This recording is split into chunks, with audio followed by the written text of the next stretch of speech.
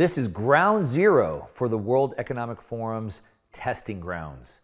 Now, the World Economic Forum has been meeting this week, talking about what their goals are, what their initiatives are, and what they want to do in the world. And we can see in many areas of the world where they've already begun to test these programs and what results they've had. Now, I'm sitting down with a good friend, Marty Bent. He's host of the TFTC podcast. You might know who he is. He's done many big shows with Beck recently, Whitney, Webb. He's at the forefront of this, and we're going to discuss what is the economic data in the United States showing us about what comes next in the economy, how are consumers being affected, what's happening on a more global scale with energy and how is that affecting the economy. We talk about the World Economic Forum, the policies they're pushing through, what effects we can already see, where this leads, and then most importantly, he constantly tweets out that we will win. So we dig into that. What does that mean? How do we win? What are we going to do about it? And so much more. If you feel a little bit helpless, hopeless, a little bit demoralized like a victim, then you want to listen to this interview with Marty. Let's go ahead and just jump right into it. All right, Marty, thanks for hosting. I'm hosting you this time, but in your studio. The tables have turned. The tables have turned. I switched chairs. So here we are in the TFTC studios with Marty Bent. If you don't watch Marty's show, you definitely should. TFTC, and read his you read it right every day, right? I'm trying to get back to it. Your daily. It's been like 2 to 3 days a week. This week I'm getting back to 5 days a week. So check out his email. We'll link to that stuff down below. Always love listening to your stuff. We share a very common worldview, so it's always a pleasure to sit down and talk to you as well.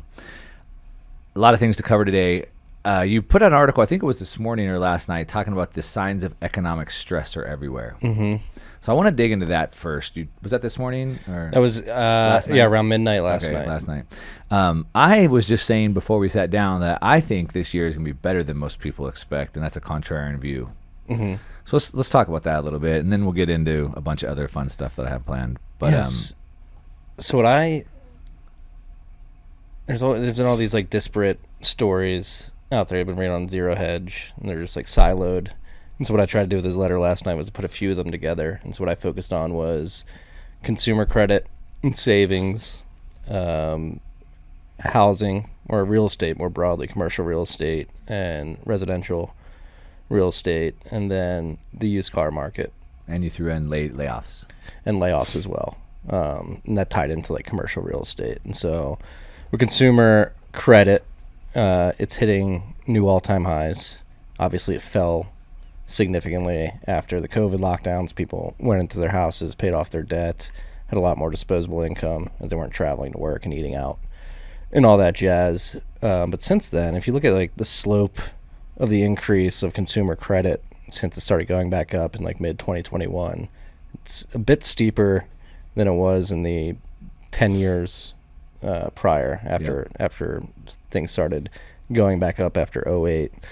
And so we have that situation. Then you juxtapose that credit growth with savings rates, which are plummeting. They're at 2.7% of disposable income right now, which is the second lowest point in recorded history, with the first being 2.4% in 2005, right before the housing crisis. And that was as of Q3 2022. So we have another quarter of which Christmas was involved with. So you have to imagine people were digging in their savings to do all their spending, and the retail numbers came in this morning, and retail sales were down 1.1%, which was for Christmas. Yeah, which was lower than expected. And so that savings rate's probably even a bit lower than it was in Q3 2022. And then you combine those two and add in interest rates, you have credit card rates hitting like 1985 levels, like around 20% on average. So that signals to me that the consumer's under an immense amount of stress. They're overextending themselves, going into more debt at the same time, blowing through their savings, and obviously prices are going up. Food, energy, it's leveled off a bit, but it seems like oil's going back up. And so that was the one sort of theme that I honed in on, like, hey, consumers seem pretty stressed out. They're adding more debt at higher rates. And although they haven't cut their spending. No. Which is weird. Yes, because people, I forget what podcast I was listening to, but it's like a social, psychological thing. Like once you're used to getting a new iPhone every 18 months or getting the latest athletic equipment, you want to keep doing that. It's just like hard to let go of that tendency.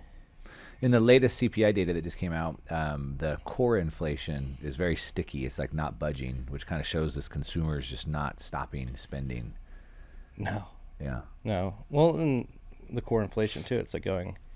You got to think of what they're spending on, like food and energy, Right. predominantly, which is your essential goods. Yeah. Like obviously we have an egg crisis in the country right now because of this bird flu, but Yeah. People are freaking out about eggs, which is something I never thought I'd see. It's weird. Yeah. It's weird. When, we have this ranch out here, and this might be a little TMI for the audience, but my daughter was freaking out. At the time, they were having like a tampon shortage. And like, she was like seeing the news, and like all these girls were freaking out, and she was like freaking out. It's like the end of the world for her. We have to go stockpile these things. So like seeing whether it's eggs or that, like, I mean, the economy is just kind of breaking down, which I want to come back to. Okay, so the consumer's getting stretched thin. That's a horrible position, both spending or say saving or credit going up as savings are going down. Mm-hmm. So the consumer's getting stretched. It's not cutting spending yet. Then we have a couple other things, right? So the used car markets. Mm-hmm. So what do you see? What do you see in there? Like, what are you thinking about that? So these are typically used cars, particularly like leading indicators of economic stress, because people are deciding, hey, they're either saying, hey, I need to get rid of this car because I don't need it. I can take an Uber, especially in an Uberized world. Like Right. People are weighing their monthly payment versus just paying an Uber to get to and from work, which does tend to be cheaper. Like I Uber to and from here. Usually me and my wife have one car, and it's definitely cheaper than our car payment over the course of the month. Especially when you add in parking and all the other stuff. Yeah, exactly. Yeah. And so that market's great, but it's down. It was down. It had like the largest monthly decline in December, but you also have to take into account that it also had this roaring bull market after 2020 when people moved out of the cities. They said, hey, I'm going to live in the suburbs. I need a car if I'm in the suburbs. And so that sent prices of used cars skyrocketing. Another factor of that was the supply chains for new cars got completely borked. They couldn't find the parts, and so you had a supply constraint on new cars. So the used car market got flooded. But yeah, if you look at, I forget the exact stats, but the average monthly payment for, I believe, It was $1,000, right? yeah, for 25% of used car owners, which is pretty high for your average consumer. And then on top of that, probably I didn't include it in the newsletter, but I saw the stat this morning. The 60-day delinquency rate for used cars is up 25% year on year. And so those delinquency rates, when people stop paying their bills, that's usually an indicator that they can't, and they're in economic stress. And so that wasn't included in that particular newsletter, but it's a stat I saw this morning. Year on year, 60-day delinquencies up 25%, which is a pretty material increase. Yeah. I have a buddy who runs auto auctions in California, and I was talking to him just this last weekend. And he said that there's still a lot of action, but he has seen a lot of weakness, and especially the luxury car markets. The G-Wagons specifically have taken like a massive hit. Some of that is a lot of these cars were going 50,000, 100,000 over sticker. Yeah, which is insane. It's insane. I mean, we lucked out when we bought our car that we had. We bought it in June of 2020. Like, right, we left the city. We were in New York. We left early March. We were pretty early, and then we were living down the shore and needed a car, and so we bought a used car, locked in like a 4% interest rate. It was like $22,000. It was like the best time to get in because we checked prices like a year later, and our car, even with all the miles we put on it, would have sold for like $30,000. Yeah. And a used car. It was 2017. And so another thing to factor, interest rates come into this story as well. The average interest rate on these used cars is 10% as well. And when you think a quarter of these used car owners are paying $1,000 a month, plus that 10% interest rate. I've seen a lot of people talking about the used car market. I've seen changes in lending standards where they're being much more relaxed, which is a problem because they're just trying to get units out the door, which again shows the consumer stress, the credit, the money's not there. And for sure, it's like a leading indicator to the point that you made. But do you think it really poses a systemic threat to the rest of the economy? I don't think the used car market particularly. Right. I don't think like an implosion of used cars. So it's just a barometer of the overall economy. It's just an indicator that, hey, there's some subsection of the economy that's under stress, is either dumping these cars or not buying them because they can't afford them. Yeah. And then we have the real estate market you covered, which I think goes into the layoffs, you said. Yes. So that's particularly with the REITs, the non-tradable REITs. Blackstone had their $69 billion REIT fund that they curbed redemptions to in November. They recently got a capital injection from the University of California system of $4 billion, so I think that's back open. But then there was Starwood Asset Management also curbed redemptions to their $16 billion non-tradable REIT, and their explanation for why their investors were pulling money out is because they had a stellar 2020 to 2022, and they were taking profits. But I think, especially in this market, you want to people are scared. They want their money. People are scared. They want their money. And even though these REITs performed really well the last couple of years, it signals to me that if these types of investors are pulling their money out of that first, it's for a reason. Yeah. And these REITs typically invest in commercial real estate here in the United States, and post-lockdowns, and now with these tech layoffs going on, the market for commercial real estate is seeming pretty bearish because people are either working from home, or if they are working in an office, a lot of these tech companies are beginning to lay off people at an increasing pace. Especially, office space in Silicon Valley, for example, right? Really bad. I was looking at some of the data on Blackstone like a week ago. I talked about it in a different video. The whole thing with the GBTC situation, the Grayscale Bitcoin Trust, and they don't really want to unravel that thing because they're making a 2% premium on that, which is super healthy. Blackstone makes 3.6%. Huh? You're charging 3.6. They're making, what was it, $2 billion a year or something like that, right? 3.6 on 68 billion, whatever that was, 20 billion or something like that. I'm sorry, I can't do math on the top of my head. Austin, what is that? What's 3.6 of 68 billion? Anyway, and it's even more murky. So just on a little side note, but they don't mark to market their assets. So it's all controlled internally, and internally they set the valuation of what their assets are. It's a BREIT that people invest into, and they don't even have any say of what assets they buy. So who knows what they're even buying, and they could be buying junk assets. And then they're not marked to market. They set the valuation, which they're probably keeping artificially high because they're making the 3.6% off the back of it. Right, and that's Did you forget what that is? My calculator has that many zeros. Probably not. It's probably like 2.3 billion. Okay, it was a lot. Around there. Side note, but okay. So back to this. So those are great data points. The economic data is bad. It's really bad. We could talk about 20, 30 more indicators, and it's all looking bad. We have the most extreme yield curve we've ever seen in history, which tells us a recession's coming. The unemployment number is low, but if you dig in the data, it's actually really bad. And we can keep going on and on and on. Yeah, they don't factor in the participation rate, which is very important. The participation rate, which is at its lowest point in history. I was trying to do a little research and look at when the unemployment rate was this low before and what the participation rate, but it was hard to get that data. But okay, so we frame it up, and the economic data is bad. It's really bad, and we're hurtling to a catastrophe at the rate we're on, potentially. We can add in a couple more things just real quick. The baby boomers are all retiring. Under the ERISA law, they were able to invest tax-free, but they're forced to start cashing in and pay the taxes now when they're 73 or whatever. We have interest rates so high that all these corporations aren't going to be able to roll over their debt. And then if they can't borrow more money, they're not buying back their stock. So they're not buying as the boomers are selling. I mean, we can go on. The question I have is, so what? not so what, but more, what does that mean? So if we look at 2020, what we saw is that the economy does not equal the markets. The entire economy was literally shut down. It couldn't have been any worse. Businesses were literally put out of business, and yet the markets hit all new time highs. Asset prices. stocks, bonds, real estate, Bitcoin, etc. So when we're looking at the economic data and we're looking at all these data points, is it so like, what does the average listener care? Like, hey, you better buckle down because the economy's going to get bad. It might be hard to make money. Or for like investing, does that matter?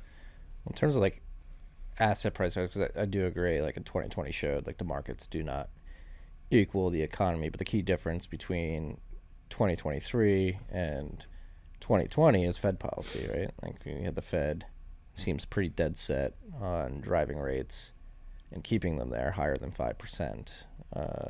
It seems like every other day you have a Fed governor from some part of the country coming out and saying, "Yep, we're gonna raise rates above 5 and then try to keep it there through the rest of the year." So I think that's the number one factor that would lead to a different outcome than 2020, where you shut down the economy, lowered rates, printed a bunch of money, added government stimulus on top of that, and people simply have more disposable income that they weren't spending as they were traveling to and from work and hanging out. They weren't able to go to bars, go to movies, go to all that. So I think that's different today, where the interest rates particularly could bring markets and the economy closer to sort of like markets and the economy could be accurately reflected together instead of this disconnection that we had in 2020. Yeah, the Fed wants to crush demand, so they want to crush the economy because they want people to be broke so they don't keep spending so much money. So maybe they're saying, "Hey, we're doing a good job. I guess we're crushing." Larry demand. Summers will come out. I mean, he's not officially associated with the Federal Reserve anymore, but I mean, he was on CNBC a few weeks ago, sitting on a beach saying, "Yeah, we need to drive job loss here so that we can lower prices and get the economy on a solid base." And that is a very scary thing that people need to hear again. So we're going to repeat that again. So they want to crush demand by making you poor so you don't buy as much stuff. They're trying to do that to get CPI down to the 2 to 3% range. But they also want to get unemployment up to 5%. They want more people to lose their jobs. Yeah, the Fed. It's pretty evil. I mean, the Fed won't come out and say it. They need a proxy member like Larry Summers to come out and say what everybody knows they're trying to do. Yeah. But yeah, when you think about it, it just highlights the insanity and the perverse nature of Fed policy. Like they really only care about these numbers and not the well-being of individuals. At the end of the day, they've created this Frankenstein monster that they sort of lost control of. Yeah. And so they're trying to get control of this monster, and they're willing to do that at the expense of your everyday American. Yeah. I mean, it's to come out and say we need more people to lose their job, and high wages is a problem for them. They need people to make less money because high wages drives inflation. Yes, exactly. I mean, come on. Insanity. But I had said out there before we came in that I think this year could be better, and I was specifically talking about asset prices than most people think. And the reason why I'm shifting my thinking a little bit, I don't know if you saw, it just happened this week. The BLS came and said they're going to change the way they calculate CPI. And so again, right? They've done it multiple times using shadow stats. Well, the latest CPI rating was 6.5%. Shadow stats says we're at 15.6% if you go back to how they calculated in the 80s. So now they're going to change the way they calculate CPI, and instead of looking at a 2-year average of the comparables of the comp, it's going to be just 1 year, which is last year, which was the highest inflation we've ever had. So you measure from there, it comes down. And so even if inflation stays flat from here, which we're trending down pretty quickly right now, but let's just say and look at the economy, it's probably going to trend down even faster. But assuming it just stays flat, by the end of Q1, we'll be in the 3% range. Yeah.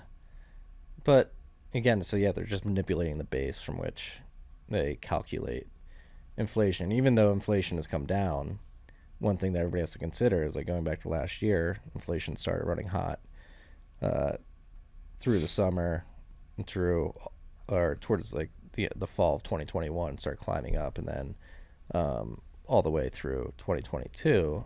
And so even though, yes, the inflation rate has come down like 6.5%, that's still growing on a bigger base that was right. It's still going last year, and still going up. And even if it is only 6.5%, 6.5% inflation is still very high. Well, and it's really 15.5%. Yeah, exactly. If we're using the Fed's manipulated metrics, I mean, their target historically has been 2%. They've been teasing like they're going to raise that up to 4%. Yeah. But even if it's 4%, you're still well above it, 2.5% above your target. Yeah. So the reason why I would want to kind of make that distinction between the economy and the markets, and then now looking at this, if they can magically, or not magically, through changing the way they calculate it, could get CPI down to 3% by the end of Q1, that gives them all the political cover they need to be easing again. Yes, it does. Definitely does. And maybe that's the intention behind the manipulation of the CPI number. But I also think we need to zoom out a bit and realize that the U.S. economy, yes, it's the largest economy in the world, but we're not in a bubble. There are some sort of negative externalities that can come from outside the U.S., particularly Japan right now, which I think is a canary in the coal mine that could throw a wrench in any plans that the Federal Reserve might have, because the Bank of Japan is having a pretty hard time successfully controlling their yield curve. Yeah. And they said they said they may abandon it. Yeah, and they are the largest owner of U.S. Treasuries in the world. Yeah, they own half of their bond market. I think they own a lot of their stock market as well. And I think that's why I'm more cautious going to this year. Again, I think the economic data here in the U.S. looks pretty piss poor. And then, like, an even scarier prospect is this negative externality coming from somewhere like Japan, or if Europe, I mean, the UK got into a pension crisis not too long ago as well. There's like these events that we're not really aware of that can just pop up, and it's like the Mike Tyson quote, everybody has a plan to get punched in the face. Yeah. And I think it could be Japan, could be Europe, could be somewhere else, but I think there's somebody crouching behind the low in the bush waiting to punch the global markets in the face.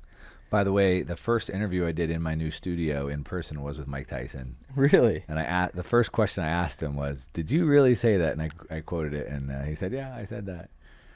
It wasn't that good of an interview.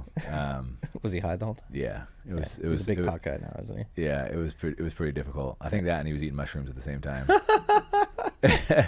And it was like Mike on it was like sitting across the table from like a caged lion, except for he didn't have the chain on. Yeah, you know. Yeah, you don't want to piss him. And I was like, and I kind of did. I kind of was like digging into questions, and I was like, oh, okay. So anyway, wasn't my best interview, but anyway, I did ask him that question.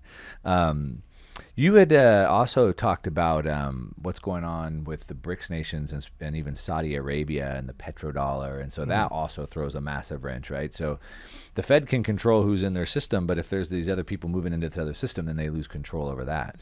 Yeah, exactly. I mean, so I have a tag on my website called Oil Wars, and we start writing about this in 2017, September 2017. This issue hasn't made it on the website yet. I'm still going back and adding all the previous issues I wrote before transitioning to Ghost. But in September of 2017, it was the first time I spoke of these oil wars. And at the time, China was simply expressing its intent or its wish to denominate their oil trades in yuan with Saudi Arabia. And at the time, nobody really thought much of it. It was just like, China saying like, we'd like to settle this in yuan, and nobody thought it was a real possibility. Fast forward the last 2 years, obviously Russia, Ukraine, and the sanctions that came with it have really shown to the BRICS nations specifically that the U.S. can weaponize the dollar system,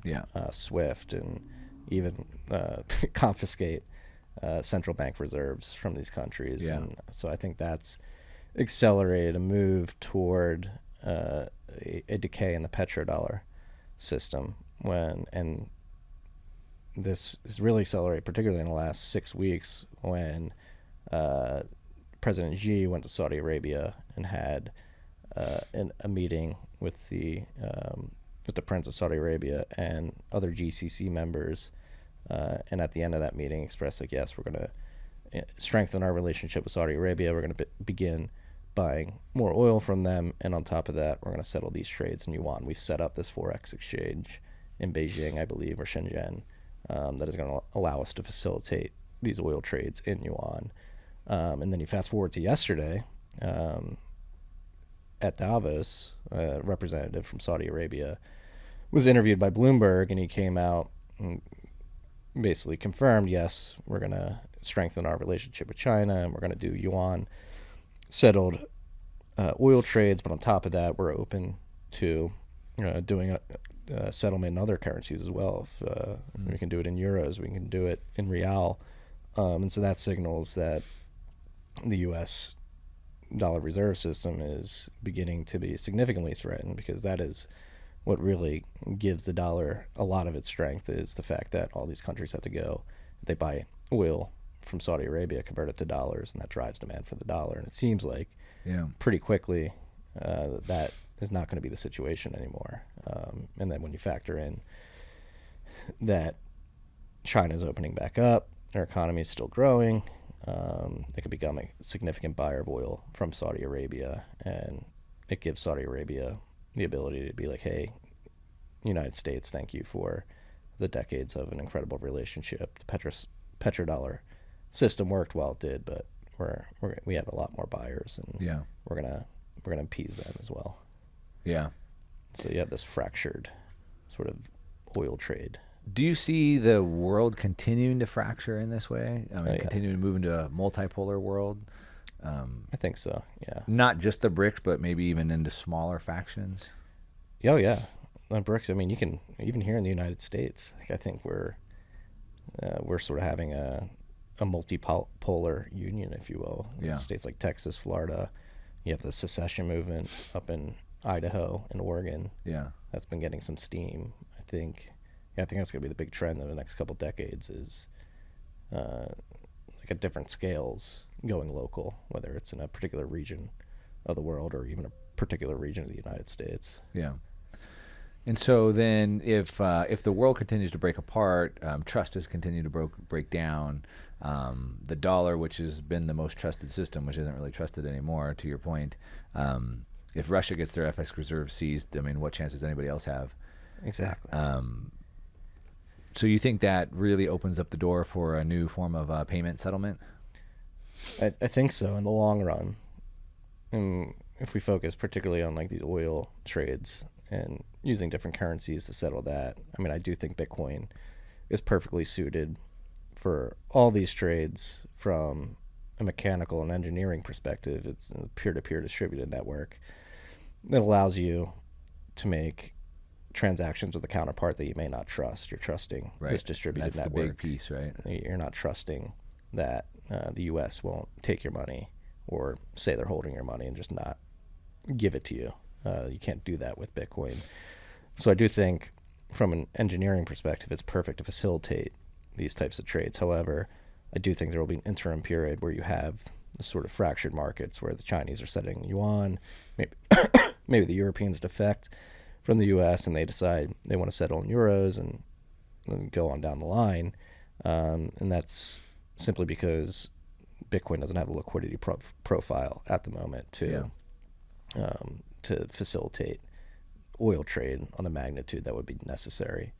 There would be a lot of slippage and stuff like that right now, especially if they're just using Bitcoin as a rail and then they automatically liquidate on the other end. Yeah. I do think when Bitcoin gets to a multi-trillion-dollar market, the facilitation of those types of trade settlements will be better. And then also, I think if Bitcoin does get to that market, it signals that all these fiat currencies are being debased pretty heavily, and so people are adopting Bitcoin.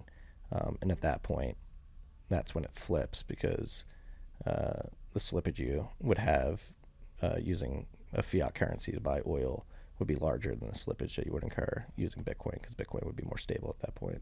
Yeah.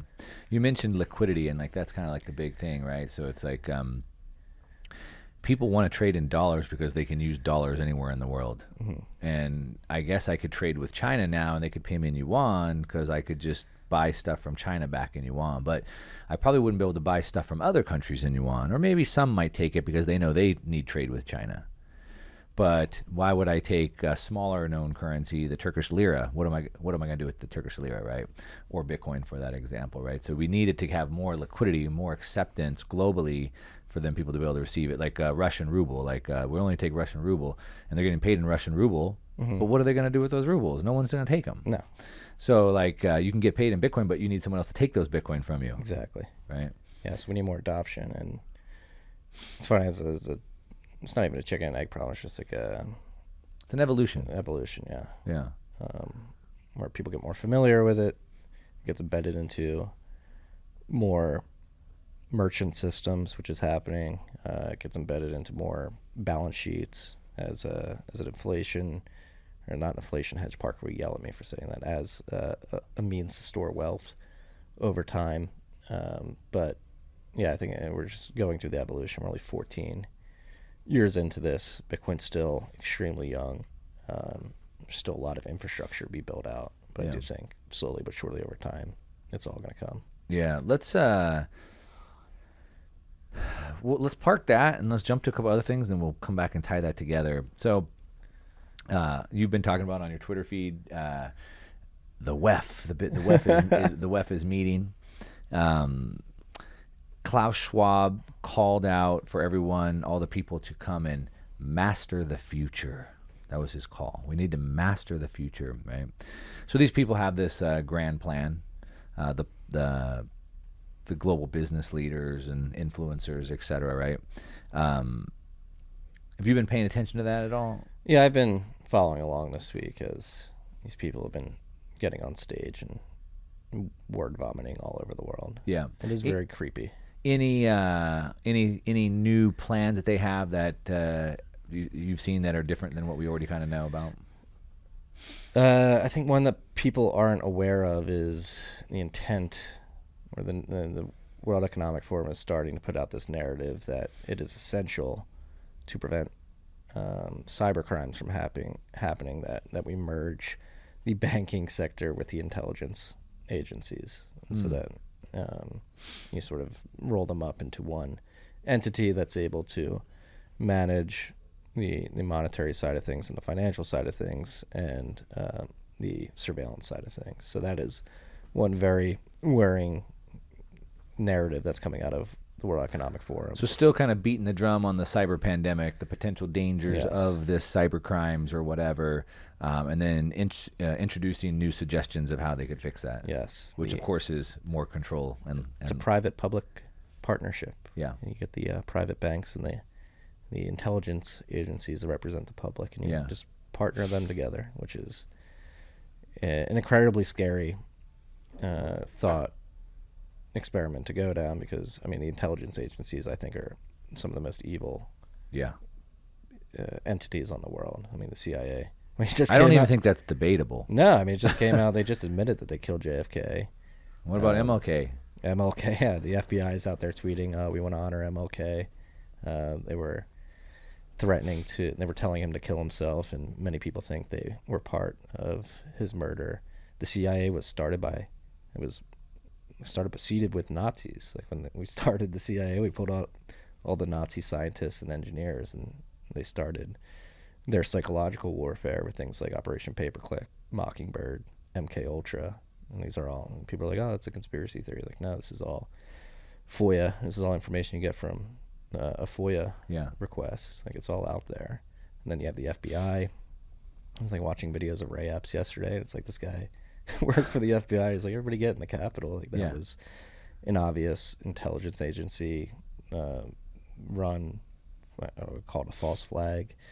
The FBI is notorious for entrapment. These people don't want to protect you. They want to incite you to give up your rights. That Gretchen Whitmire kidnapping plot for the governor, and FBI. Like half of the people involved were all like government agencies. Yeah, like they were all entrapping each other. Yeah, it's I mean, insanity. I was telling these guys earlier today how when I was a kid, because I'm old, when I was a kid, there was the Iran-Contra. Oliver North was brought up under the Reagan administration, whatever, and the Iran-Contra deal was they were taking drugs from El Salvador, flying them to Los Angeles, selling the cocaine in the streets, getting people hooked on crack, taking the cash, giving it to Iran, buying weapons, and then bringing the weapons back to overthrow the government. Yeah.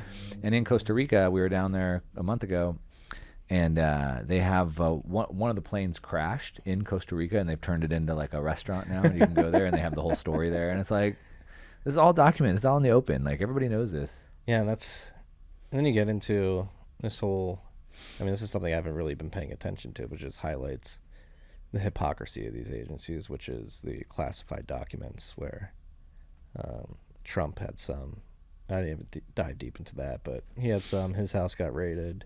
It was a whole big story.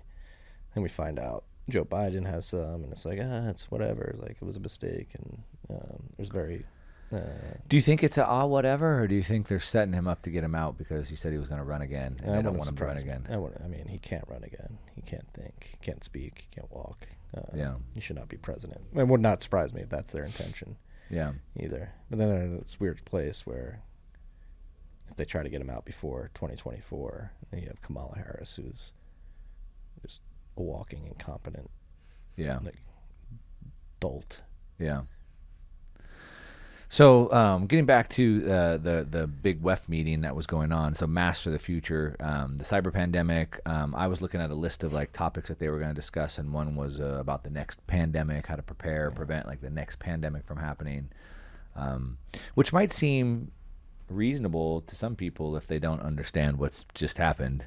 Yeah. But how do you prevent the next pandemic? How about you don't create bioweapons using gain of function? That's a pretty good start. Yeah. What about have you seen these 15-minute cities? Oh yes. I mean, the Netherlands is ground zero for this, like, where they're taking all the farmland. Yeah. And trying to create these, I forget what they're calling them, but these cities where everything you'll ever need in your life is within 15-minute walking or biking distance. Yeah. Yeah, it's scary. And again, like, going back to WEF and Davos this week, they're still leaning into the climate crisis, which doesn't exist. They're using it as a fear tactic to try to coerce people to be like, all right, like the Netherlands thing, they're telling these farmers to give up their farmland because of the, I believe it's NO2 that they're... Yeah, the cows. It's the fertilizer. Too much fertilizer is being used, which I've looked into that a little bit, and because we live in a complex system, central planners mess everything up. When they try to fix one thing, it creates all these unintended consequences. And because of rule changes they placed in the EU, it pushed all the cows and farming to the Netherlands, so it all got concentrated there. Mm-hmm. So the reason why there's so much there is because of previous rule changes that took it from a decentralized state where it was all spread out across the countrysides like it should be, and it pushed it all into the one little area. And now they're trying to go, well, now we've created another problem, so let's go solve that. And the Netherlands, I believe, is like the top exporter of like food. Yeah. Right. So like the UN says 868 million. Almost 1 billion people could potentially starve to death in the next 24 months. We have the largest exporter of food in Europe, and they want to shut them down. Yeah, it's Makes no disgusting, sense. And their justification for it doesn't make any sense. The whole carbon emissions boogeyman narrative is disgusting. And then with the cows, they use methane. But if you actually look at like the composition of the atmosphere, yes, methane is a heavier greenhouse gas, but if you look at its overall composition of the gases in the atmosphere, it's minuscule. Even though we're adding all this methane, it's not really doing anything to affect. It's not taking over. And decomposing grass emits methane. Decomposing grass on its own, and the cows eat the grass, and then they break it down even more.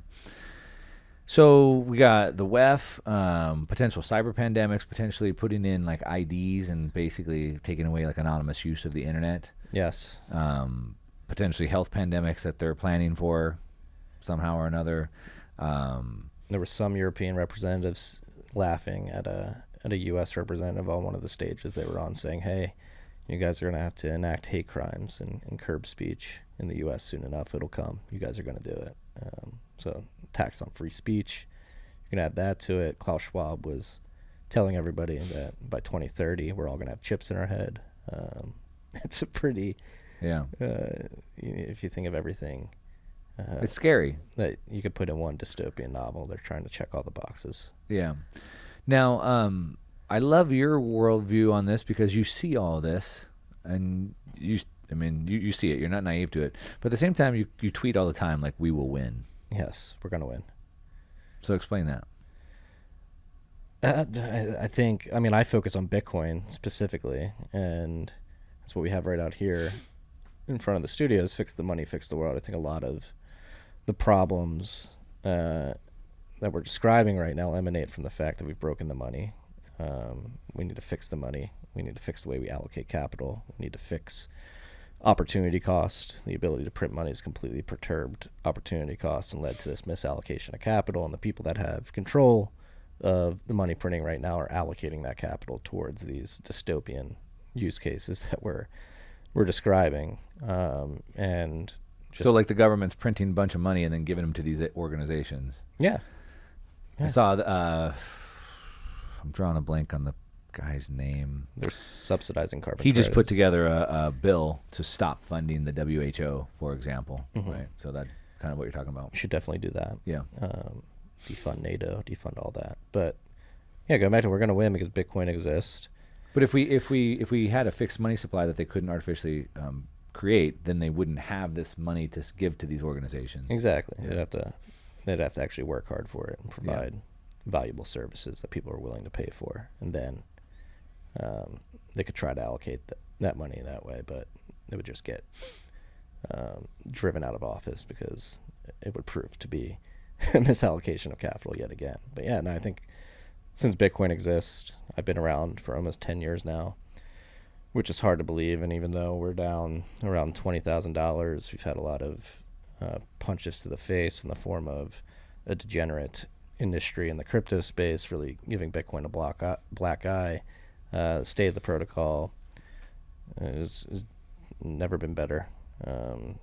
More adoption than ever, more people self-custodying Bitcoin than ever.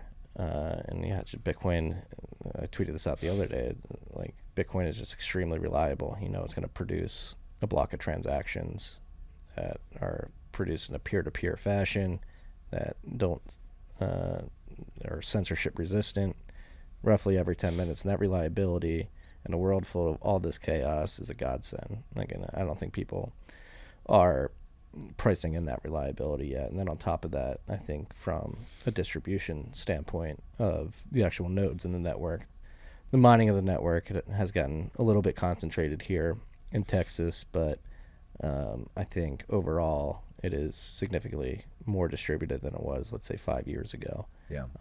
And I think every day that Bitcoin survives, keeps producing blocks, the miners keep producing hashes, it just gets harder and harder to shut Bitcoin down. And then on top of that, it's growing in mind share as well.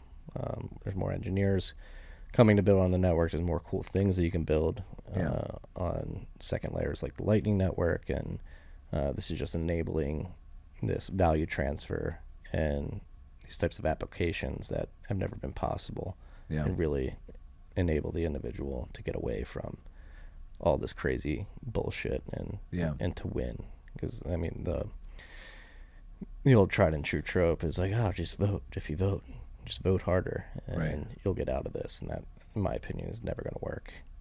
We need to go build this system outside of the fiat system, and then we can then begin fixing things from there. And then on top of that, you just have just the sovereign movement. There's more people buying ranches, spinning up farms, getting more in touch with homeschooling, school choice. Those trends are growing.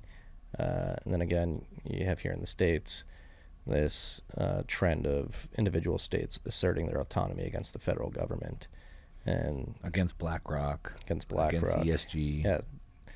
What was it? I think Missouri, Florida, Mississippi. 6 states, I believe, Arizona. divested their money. Yeah. Yeah. Billions of dollars, which is good to see. And still, obviously, you have like the NBC archetype, which is still doubling and tripling down on their love of authority. Yeah. And that's growing as well. But I think the sovereign trend is growing faster and stronger than it has in many decades. Yeah. Yeah, I agree. It's the reason why I kind of wanted to jump to this, and we put a pin on that kind of adoption piece, the road to evolution we were calling it, is just because as humans we only react when the pain's high enough. Mm-hmm. I've gone to chiropractic most of my life. I believe in the chiropractic and that our bodies should be aligned, but I typically only go when I'm in pain. Mm-hmm. I'm busy otherwise, right? Yeah. And so like the pain has to get high enough, and at some point the pain is so high that we'll act. From a U.S. centric viewpoint, it's hard for us to get the money situation. But if you're in North Korea or in the Congo or in whatever, Turkey, like you're watching your money lose 100% of its value. Like what? I'll take the risk, right? I'll go into something else. But as we talk about the WEF and what's happening with the cyber pandemic, the health pandemic, all these things, I think it's just going to keep turning that pain dial up, mm-hmm. and it's only going to accelerate the adoption. People are going to need constantly, and to the point, the sovereign movement is being led because there's a need to become a sovereign person, right? And as they turn that dial up, more people will become sovereign, more people will find Bitcoin. And so I guess we have like the S curve, right? So the S curve kind of has this straight up, and I think we're probably in that period. And unfortunately, the pain dial gets turned up. Mm-hmm. The good is that people wake up and start moving into this new parallel economy and start building that out. Yeah, no, and I think the pain dial. I mean, you mentioned it earlier. I think the combination of all these boomers retiring, selling their stocks, and the Fed being put, it looks like they're going to be put between a rock and a hard place where inflation may still be elevated, but the economy's doing so bad that they need to begin printing money. And if you couple those situations where you have stocks plummeting because boomers are selling all of it, inflation's still high because of supply chains and just overall monetary supply growth, and the Fed begins printing again, and then inflation ramps up again, I think that is a perfect shitstorm to really wake people up and feel the pain that will drive them to seek alternatives. Like hopefully, yeah, if we do get to that point, I won't say it's a foregone conclusion, but if that point does come, people have to realize, I would imagine, that the Fed doesn't really have control, the government doesn't really have control, we need to go seek out alternatives. Who has control then? You do. You Me? Control, or you as an individual. We the people. Yeah. Something I was thinking about when I was reading that with Klaus Schwab, and he says, master the future, and he's calling all these business leaders and politicians and influential people to master the future, and we need to go create this, and we need to do this, and this is our vision. But it's like, they didn't ask us, we didn't vote. No. Like, who are they, right? And so they want to create, you already mentioned it, the public-private partnership, fascism, corporatism. So if we get Twitter or Facebook to censor people, if we get the banks to not fund people, right? If we can get the private businesses to work together with the governments, then we can reshape the world the way we want without asking our opinion, right? Yeah, we didn't even bring up the Twitter files where the FBI was embedded in Twitter's headquarters telling them who to censor and who not to. Yeah, that's a big deal. I wanted to ask you about that. Okay, so let's talk about that for a second. We can get into Twitter files if you want. I was just thinking specifically, Musk said he wanted to buy Twitter to open up free speech. He said that he thought it was like for humanity. It was that important. It was like the most important thing in humanity or something to that effect. I forget. A lot of people guess about his ulterior motives. I made a video. His real motive was because he's trying to start this new payment system and whatever. But anyway, he has opened up free speech a lot on Twitter. And it already seems to be reshaping things pretty rapidly. Are you seeing that? Yeah, I definitely see more. I definitely see people more comfortable putting out tweets that they probably would not have under the last regime. But again, yeah, like he has come out and say like we're going to build like the Weibo of the West. And I don't know, I go back and forth with Elon. I trend toward. I think he might be like a false prophet where it's like everybody's like, oh, Elon, come save us, come save free speech. But there's like little things with what he's doing to Twitter that make me raise my eyebrow, like paying the monthly fee for the blue check mark, and if you don't pay, you don't get as much visibility or engagement, which is interesting. And I think I do agree that people seem to be speaking more freely on Twitter these days, but I don't think we should be dependent on Elon sort of waving his wand and saying you get free speech now. We should be building, similar to Bitcoin, alternative communication protocols. There's one, Nostr, that's come out, which is a distributed relay system that allows you to build Twitter-like clients on top of it. And due to how the relay system works, it's extremely hard to censor individuals. You can connect to many different relays. One individual relay can censor you, but the likelihood of all of them censoring you is extremely low. You could spin up your own and syndicate via your own relay. I think that's the solution to the free speech problem today. I do agree. I think people are speaking more freely on Twitter right now, but again, I'm not sure what Elon's motives are, but I do think there's just like this nagging thought in my head that he could be a false prophet, where it was like, oh, you're going to save us and save free speech, and then it's just going to turn into a dystopian Weibo-like app. I agree with you somewhat on that, but I think for me it's more like we should never raise somebody up like that and think they're the savior. Yeah. I think there's good things that he's doing, and there's probably bad things that he's doing as well. There's certainly things I don't agree with, but then I do like some of the things that he is doing, right? And so, like, it's okay to like, I like this, good job, this is bad, right? And so I think that's kind of how I see Elon. Like, he wants to stick microchips in my brain. Like, I'm not down with that. No, it's like this is the push and pull I have with Tesla and SpaceX, particularly. Like, Tesla, I think, is like a green energy grift. I think a transition to a fleet of electric vehicles on a global scale is a terrible idea. Yeah. Then you look at SpaceX, and he's sending rockets up the space and then landing them back on these very small platforms. You're like, yeah, this is obviously extremely cool and definitely an advancement on this rocket tech that's probably going to be necessary. Yeah.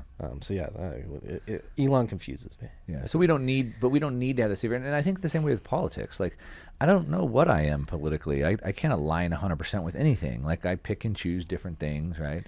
Generally, I side with more freedom, right, and less government. Yeah. I was watching Ron DeSantis, and he came out with this whole speech, and he was talking about the WEF and how we need to crack down on the WEF. He's trying to do some stuff in the state, and the CCP, the Communist Chinese Party, and we want to ban the CCP from being able to buy land in Florida, which sounds great. I'm for that. We shouldn't allow the communists to buy land, right? Except for, wait a minute, that means that he's going to restrict what I can do with my private property? Yeah. Oh, I don't know if weird conundrum. Right? And so, like, you have to really think through these issues, especially if we're trying to be men of integrity. So anyway, back to kind of like DeSantis. There's lots of things he's doing that I like. Some things I think that he is a dictator too. Yeah. And same with Elon and Trump and everybody else for that matter, right? Yeah, no, and I can see, like, going back to like Chinese buying land or property. Told me a few years ago, like, you shouldn't do that. But like, yeah, no, there's no way we should do that. I know Kyle Bass has been beating this drum as well. But then, like, in the Bitcoin mining industry, after the Chinese exodus, a lot of the Chinese miners have come over to the U.S. because they want to continue Bitcoin mining, and they're Bitcoin mining for a reason, because they believe in the ideals that Bitcoin was founded on censorship-resistant private property rights, and freedom to transact how you want to. And so I've been interacting just professionally with a lot of these Chinese miners, and we had to separate the CCP from individual Chinese men and women, and it's hard to do. It gets mucky, right? Yeah. These are not easy issues, which is why they should be dealt with, I think, more on an individual basis and not centrally planned, decisions. Yeah. So taking that, and that actually kind of took us to where I wanted to go, because it seems like businesses are the ones that really create the change, and that's why they want to have this public-private partnership. They realize that government politics alone isn't enough. We need to get the businesses, the banks, the social media, the corporations, Coca-Cola, et cetera, that we need them to get involved, right? So a couple things I think in there. So one, with Twitter going to free speech, it seems like to me it's changing things. Like, I'm starting to see a lot of information specifically on the pandemic and trials from Pfizer and stuff I don't want to say because I'm on YouTube here. You can't say this stuff on you. Susan, you got to end it. Right. And so, but my point is so this is really opening up on Twitter, and Facebook's tanking. Do you think Facebook goes, shoot, we better change our policy or we're dead in the water. Yeah, we have to compete. We have to compete. That's what the consumer wants, because at the end of the day, the consumer does drive these consumer products. wants. And that's where I asked you the question. If they don't have the power, who has the power? We have the power. Really, the consumer has the power, right? At the end of the day, the consumer, they want our money. And so who's going to give, if we're going to give them our time and attention, then they have to serve us. And so Twitter broke that seal and, hey, look, we want freedom or freedom of speech or whatever. And now Facebook and YouTube are going to have to deal with that. Yeah, especially YouTube. You know, when I said Susan, I was talking to YouTube CEO. Susan Wojcicki. Like, I got a strike. I can't monetize YouTube right now because. Oh, really? I had somebody on talking about what you're not supposed to talk about, which is. I've had to not post interviews I've done on YouTube and just put them on Rumble instead. Yeah, same. I've been doing that in the last couple of months because of the strike, but it's insane because we were literally just talking about facts that are public now. Yeah. That they can, going back to like trust the don't science. Don't take my channel down, Marty. No, I'm not. But like talking about trust the science, you can Yeah. talk about particular peer-reviewed studies, Yeah. but you can't talk about others or you get kicked off. Believe me, I know. Yeah, I know what not to say to make sure this gets on YouTube. But yeah, at the end of the day, consumer drives it. And going back to we're going to win. That's a do. Even though things are seem dire, the populace here in the United States seems a bit complacent, seems a bit degenerate. I do think at the end of the day, good beats evil, and somewhere down in most people's stomachs there is this craving for freedom, for truth, for a reality in which people are good to each other. And I do think that's beginning to rear its head. And maybe give Elon some props. That is one thing we needed to begin changing the tides at the corporate level, is somebody with the balls to stand up and say, hey, no, we're gonna bring Ed Dowd on, we're gonna bring Trump back on, we're gonna bring all these conservatives who were banned over the last few years and let them have open debate on my platform. And then that's how the truth is found. Yeah, open debate. Consumers flock there, and then, like you said, Facebook's like, oh damn, we're losing people. Yeah, and if they start adding more features to take more share from Facebook's going to have to respond, right? One thing you're going to see me really starting to pound the table a lot this year on is this is kind of where I'm really starting to push is back to this sovereign thesis kind of world or parallel market world, because this is where I just really see the most power we have is to affect change through the economy, through economic means. You had was it Vivek on from Strive Asset Management, right? And he created a parallel to BlackRock. But instead of trying to say we beat them on returns or we have better performance or better customer service, no. He just said we serve a different customer with different values, right? And there's examples of this popping up all over. And I think we, the consumer, has the power because we have the money. And if we start demanding businesses to cater to us or we don't give them our money, then they'll cave. And I think there's an even bigger opportunity for entrepreneurs to go create all these, like Texas Slim's done with the beef initiative. But I don't know if you've seen Ben Shapiro on Daily Wire. He created Jeremy's Razors. Like, and the examples are starting to pop up. And there's a massive opportunity for entrepreneurs. And then we as consumers get behind it and like we win. And then, of course, the banking system won't like that. They'll shut us down and we have Bitcoin. And that will underpin, that will be what makes it all possible. Yeah, no, and I like to think I'm trying to build one of these products, which is in terms of content creation. So for our site, TFTC.io, we spun that up in April of 2019. So it's been around for almost 4 years now. And we spun it up using Ghost because Ghost is open source and it's easy to build on. And when I launched the site, just selfishly, I wanted to incorporate Bitcoin payments using an open source payment processor called BTC Pay Server into Ghost. And so over the last 4 years, we've sort of been building that product out for ourselves.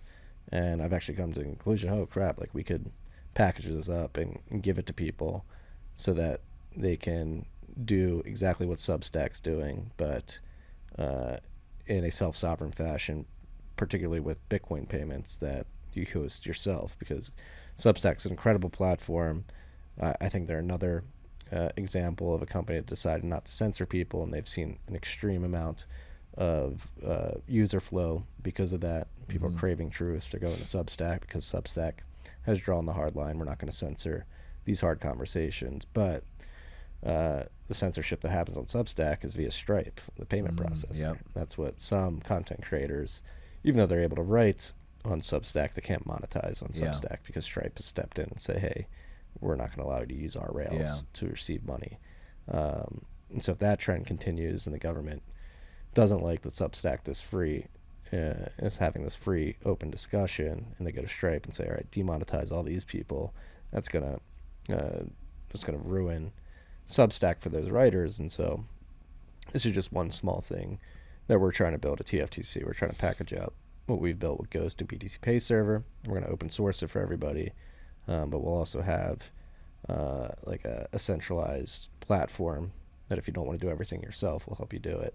Just plug in some API keys and tokens and stuff like that. Yeah. And you'll be able to inject the Bitcoin payment processor code into your Ghost. And so, yeah, I built that for myself because, as you may know, with the newsletter and the podcast, I talk about some topics that the government and others don't like. And so I'm not big enough to get censored, but I built this with the intention of getting big and potentially getting to the point where they're like, hey, we're going to censor you. And I can just look at them and be like, no, you can't. Like, come take my node. But by us spinning up those businesses and even just requesting to get paid in Bitcoin, then more people use it and the adoption happens, the paying dial gets turned up, and it all starts going pretty quickly. Oh, yeah. I think it's going to be, and that's the other thing with Bitcoin, too, like in terms of adoption. That's definitely happening here in the West. Strike, their implementation with NCR at self-checkout should be coming to market soon. So if you want to go and pay at Whole Foods or somewhere, if they download this NCR software, you'll be able to do that. You can pay from any wallet. You don't need to pay from a Strike wallet. So that allows you to sort of live and spend on a Bitcoin standard. But even more importantly, I think what's happening like emerging markets like Africa and Latin America, where these people actually desperately need Bitcoin's utility as a payments vehicle and a wealth preservation vehicle, is really going to drive a lot of the adoption over the next year. So that's actually one of the bullish cases for Bitcoin in 2023 is that we have this black swan adoption event in emerging markets where there's a lot of activity going on right now. And even if the government here in the U.S. or other Western governments decide we don't like Bitcoin, we're going to stop it. I think what's happening in developing markets is something that many people aren't paying attention to. It could sneak up on the global I think that's the community. big growth area. Like if you look at the internet, the U.S. internet grew fast because we had wired phone lines, but in emerging markets, it skipped that and went straight to wireless, right? Mm-hmm. And so here we have these existing USD payment rails. Over there they don't, so it just skips and just goes right to a new rail, it's right? all mobile first. Yeah, it's all mobile first and goes right to a BTC rail. So cool, man. Well, we covered a lot. I think we'll wrap it up with that. TFTC.io. Check that out for sure. What else? At Marty Bent on Twitter. Yeah, that's Start a business. Accept BTC. Check out the payment gateway with Ghost. Well, when it comes out. Yeah, we'll follow Marty for updates on that. Yeah, we'll be open sourcing it soon. So we're just making sure it's stable. So you can follow all that stuff. Podcast is TFTC. Rabbit Hole Recap is the other show I do. But Mark, thank you. This is I think this is the first time the tables have been turned in the studio. Oh, nice. Well, I'm glad it was me. This is a comfortable seat too. Ah, nice. All right, thanks. All right, that's a wrap. Hopefully you enjoyed this interview with Marty Bent as much as I did. He's always a great person to sit down and listen to and follow. We'll link to his stuff down below if you want to give him a follow. I just want to just reiterate what he said, right? We will win. We have massive hope and prosperity on the other side, but it's not guaranteed. We'll get it if we do the work, but if we don't do the work, we won't. So we'll get what we deserve, I suppose. I'm doing the work, but are you? I'd love to hear what you have to say. Leave me a comment down below. Let me know, will you do the work, yes or no? And if you want, tell me what work you're going to do or are doing. The best answers will get a shout out from this channel because we're all going to work on this together. That's my challenge to you. As always, give me a thumbs up on this video if you like it. Hit that subscribe button so you know when I put new videos out. And that's what I got. To your success. I'm out.